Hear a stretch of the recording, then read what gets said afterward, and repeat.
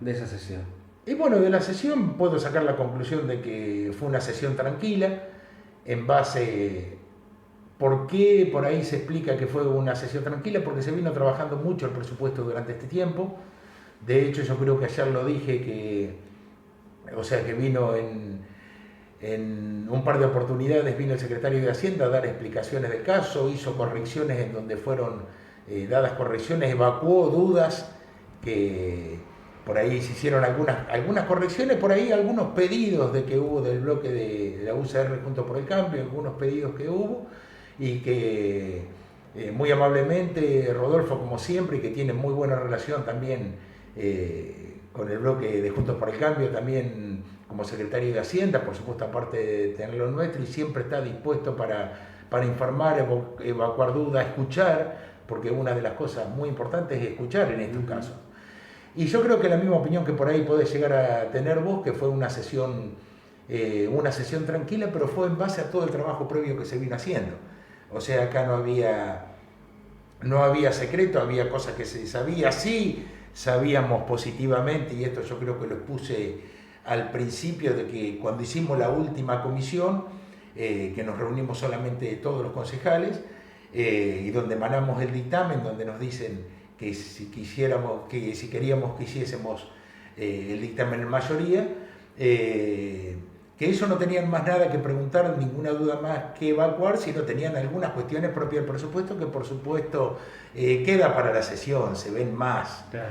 Entonces, eso es la concepción que se tiene del caso. Inclusive en un momento hace unos pedidos el concejal Castellari dentro del seno de la comisión, que eso para él, con la respuesta de eso, era pasible para una votación por unanimidad, o sea, no ocurrió. Pero Castellari buscaba la unanimidad. Castellari buscaba la unanimidad, o sea, si se hacían algunos pedidos que había hecho él, o sea, él pensaba que, de acuerdo a estas pautas, o sea, es un presupuesto de 1.063 millones de pesos, que con respecto al del año pasado es un 39,06% de aumento del presupuesto, que está dentro de los parámetros inflacionarios del año 2020. ¿Cuánto sería el número aproximadamente? El año pasado fueron casi 800 millones, este año son 1.063 millones. 1.063 millones. 1.063 millones. Aprobados. Aprobado ya, con algún numerito más. Que por supuesto, esto también, para decirlo para el vecino, que lo importante de esto es que el presupuesto está íntimamente relacionado con la ordenanza fiscal impositiva. O sea, yo no puedo presupuestar más de lo que voy a recaudar. Claro. Entonces esta es otra de las realidades. Lo mismo que yo tengo una tarjeta de crédito o un límite, un cupo para gastar, y quiero gastar más con la tarjeta de crédito que lo que puedo ganar. Entonces, sí. Perdón, Chicho, ¿podés explicar a la gente por qué Juntos por el Cambio, cuando votó, se abstuvo y no le votó en forma negativa? Bueno, eso fue una cosa de lo que yo te estoy explicando por ahí, en lo que se dio el desarrollo de la sesión, que fue tranquila también, y que esto fue, digamos, el resultado del trabajo.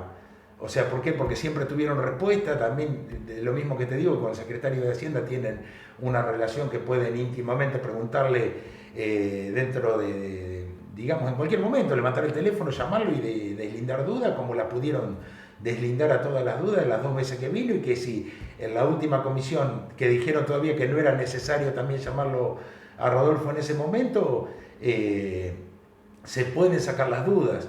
La abstención, o sea, ellos desde el vamos, digamos, nosotros hacemos dictamen en mayoría, ellos si hubieran estado muy en desacuerdo hubieran hecho un dictamen en minoría por la negativa, o sea, eso no existió. O sea, acá lo que se trabajaba llegar a la sesión por unanimidad o por una abstención. De hecho, el concejal Natalini en su momento lo dijo dentro de la misma sesión, que estaban entre la disyuntiva, entre unanimidad o abstención, que nosotros pensamos por la unanimidad. O sea, siempre vamos igual. Esto quiere decir que también habla a la clara de un apoyo a la gestión. Ahora, Mateo también dijo, ¿no?, que cuando ellos entran ya al recinto saben que la decisión la toman ustedes por tener mayoría. Lo dijo con esas palabras, más o menos. Pero acá, Fernando, también no se ve reflejando otra cosa, que si nosotros no hubiésemos agarrado de la mayoría, hubiéramos sacado el presupuesto antes. Claro. si nosotros nos hubiésemos agarrado de la mayoría, no hubiésemos escuchado, Rodolfo Pisicini no era necesario que viniese. Si nosotros nos hubiésemos agarrado de la mayoría, porque nosotros sinceramente nos sentamos, levantamos las manos, se terminó, se votó el presupuesto y listo. Pero nosotros inclusive, a pedido de ellos, cuando viene la última vez, viene Rodolfo a dar las últimas explicaciones, lo que teóricamente era lo último que querían preguntar, las dudas que tenían, las correcciones que había que hacer, y que se hicieron, que se dio respuesta, de la misma manera que se dio respuesta también la ordenanza impositiva, aunque después de un año se dio respuesta, por ejemplo, con poner, como un ejemplo, en la parte del cobro de la tasa vial, o sea, la tasa que se le echa normalmente a la rural, de poner un parámetro que fuera en base a la producción, que se puso un parámetro en cosecha fina y cosecha gruesa. Eso fue una negociación de hacía un año. Claro. Entonces, se escucha a la oposición, se escucha la propuesta de la oposición. Se trata de poner toda la voluntad, porque también, o sea, hay que entender que uno es gobierno y que toma las decisiones, pero también se escucha para decir, bueno, podemos mejorar en tal o cual cosa.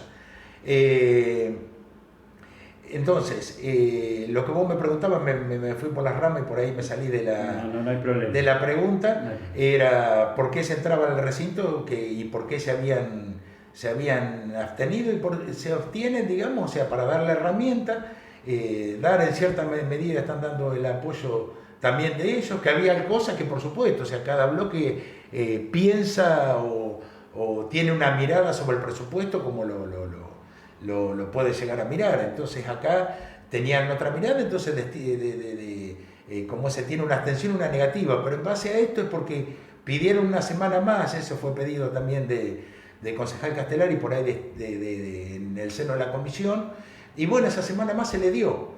Entonces la semana anterior me había dicho, el concejal Natalini me había dicho que sí, queríamos dictaminar, que dictamináramos.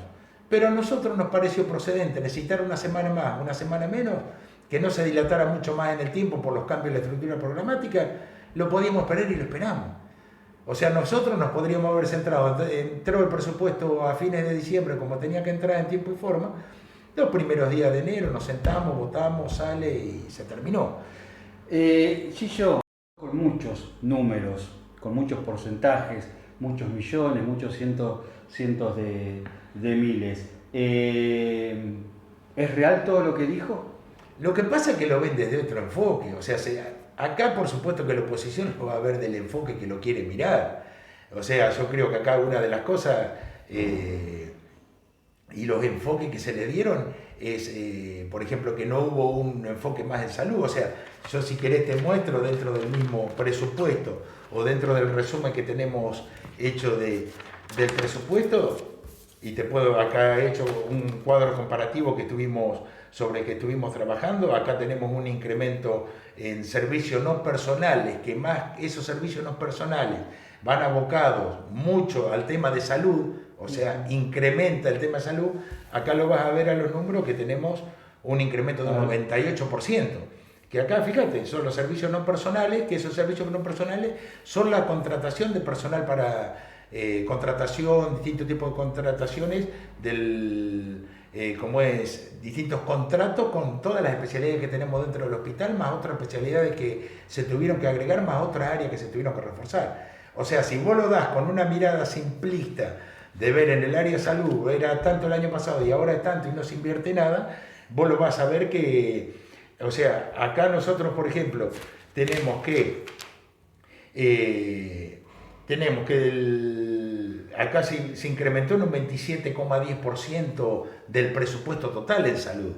O sea, nosotros tenemos afectado una parte muy grande del presupuesto de salud, un 40% del presupuesto, y se ve reflejado en las cosas, o sea, se ve reflejado en un montón de cosas que por ahí se dibujan por cosas simplistas políticas, pero no podemos dibujar un tomógrafo, no podemos dibujar un hospital respiratorio.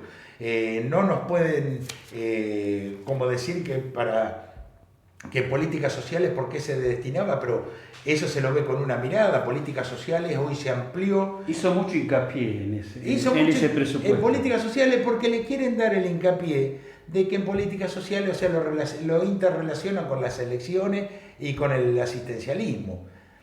Y si vamos a ver, o sea, la asistencia esa ya se puede tener, aquel vecino, o sea, nosotros estamos a favor de aquel vecino que necesita que esté ayudado, si ellos mismos lo estaba diciendo. O sea, no nos olvidemos que ahora está renegociando nuevamente, está pensando Nación para tener otro ATP. No nos olvidemos que la ayuda universal por hijos se incrementó un 50% en estos días también. En la tarjeta alimentar, perdón, me estoy equivocado. Entonces, no necesitamos aumentar el presupuesto en 9 millones de pesos para hacer asistencialismo, sino que también lo que tenemos que recordar que venimos de un gobierno de que y estamos en una pandemia, de que nos lleve que hay gente con muchas necesidades, eso tenemos que pensar, de que hay gente que necesita, que hay gente que tiene que ser acompañada, que hay gente que necesita del municipio, de nación y de provincia, y por eso, y más con una pandemia de por medio. Además, el área de políticas sociales se amplió porque Juventud y la Dirección de Promoción Social y Empleo está dentro de la Coordinación de Políticas Sociales y la Secretaría de Políticas Sociales. Entonces, si acá estábamos hablando, que hacía hincapié de que para la Secretaría de Promoción Social y Empleo se les daba 780.000 pesos, pero no es en base...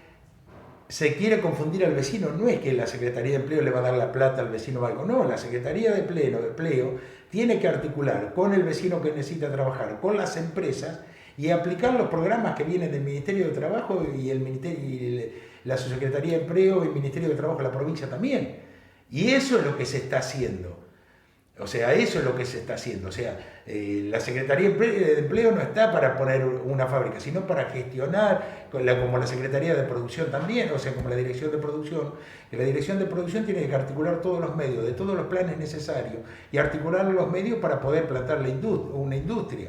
Acá, otra de las cosas que decía y hablaban y hacían hincapié del trabajo genuino. Del trabajo genuino, no nos olvidemos que recién ahora, por gestión del gobierno nuestro, vamos a tener la otra terna que viene de Mercedes para tener más potencia en Navarro.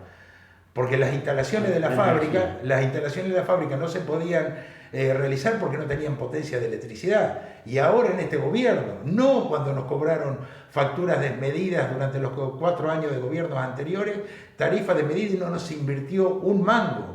Fíjate que ahora la estación transformadora que se está realizando durante este gobierno. La extensión de la terna que faltaba de Mercedes se va a realizar durante este gobierno. Entonces no podemos hablar simplemente, como yo estaba diciendo, o sea, acá se lo mira el presupuesto desde el punto de vista que se lo quiera mirar. Claro. Al presupuesto se lo mira así o lo mirás así. A vos te va a convenir ante la Cámara mirarlo al revés. Es la carta que yo decía que tenían guardada en la manga para después ante las cámaras poder decir... algo que le sirva políticamente a ellos. O sea, acá yo por eso pedí al final de la sesión, creo, que sometiéramos a votación o diéramos más vuelta y que terminemos con el amarillismo mediático. Yo creo que hicieron la propaganda suficiente que querían. Gobierno de la historia. ¿Qué me puedes decir o qué le puedes decir a la gente de eso? El peor gobierno de la historia, el peor gobierno que está tratando de salvar, o sea, este es el peor gobierno de la historia que tuvo que enfrentar por una pandemia y dentro de la misma pandemia pudo renegociar la deuda, que contrajo el gobierno anterior a 100 años y que no invirtió un solo peso en una obra pública o algo que produjese, sino en la timba financiera, como están acostumbrados y que ellos defendieron a rajatabla durante 4 años. Este es el peor gobierno de la historia, que recreó el Ministerio de Salud y que si no hubiéramos tenido el Ministerio de Salud y un ministro como Ginés González García o Goyán en la provincia de Buenos Aires, hoy, ¿cómo estaríamos todos? ¿Cómo nos encontraríamos ante esta pandemia? ¿Cómo nos encontramos? Porque es una pandemia a nivel mundial y cómo se trata de empujar permanentemente para que, digamos, todo sale adelante. O sea, en un primer momento se ponían ciertas posiciones que eran antivacunas. O sea, hasta el día de hoy por ahí hay gente que no son ellos, no, ahí quiero aclarar, no, pero hay gente, estaba viendo actores y demás que estaban denostando las vacunas, que estaban diciendo antivacunas y la vacuna es algo sumamente importante que consiguió Argentina en un momento que otros países no conseguían del mundo. O sea, nunca estuvo saturado la capacidad de atención en terapias intensivas. Acá en Navarro, nomás si tenemos ejemplo, el hospital respiratorio, siempre al máximo que trabajó creo que fue 15 camas ocupadas, 15 o 17, no sé. Y no nos olvidemos que tenemos 24 camas. Entonces, si no fue saturada, digamos, la parte sanitaria, si se consiguen vacunas, si se está haciendo un plan de vacunación sumamente serio, si a la par de eso se está trabajando con educación, a la par de eso se está trabajando con la economía, con la obra pública, haciendo fuerte hincapié también en la obra pública para la generación de empleo. Se está tratando de trabajar toda la área y todavía con la herencia que recibimos, con 100.000 millones de dólares de deuda externa, que tenemos que salir a pelearle y que Guzmán la peleó en silencio, porque lo hizo en silencio. Apareció un día con que había podido resolver el problema de la deuda externa. Entonces, ¿de qué estamos hablando acá del peor gobierno de la historia? De que estuvieron 2 años de veranito gobernando con lo que había quedado del gobierno anterior, con lo que la gente había podido. No nos olvidemos que en su momento las producciones se seguían porque la gente pudo, en el gobierno nuestro anterior, pudo generar un mango, pudo generar algo, pudo comprarse algo, que después los otros 2 años es probable que lo haya perdido. O sea, tuvieron 2 años de veranito con el empujón que venían del gobierno anterior, que se habían hecho cosas mal, por supuesto que se habían hecho cosas mal, pero el país estaba de pie y caminando hasta que nos entregan de vuelta un país rengo.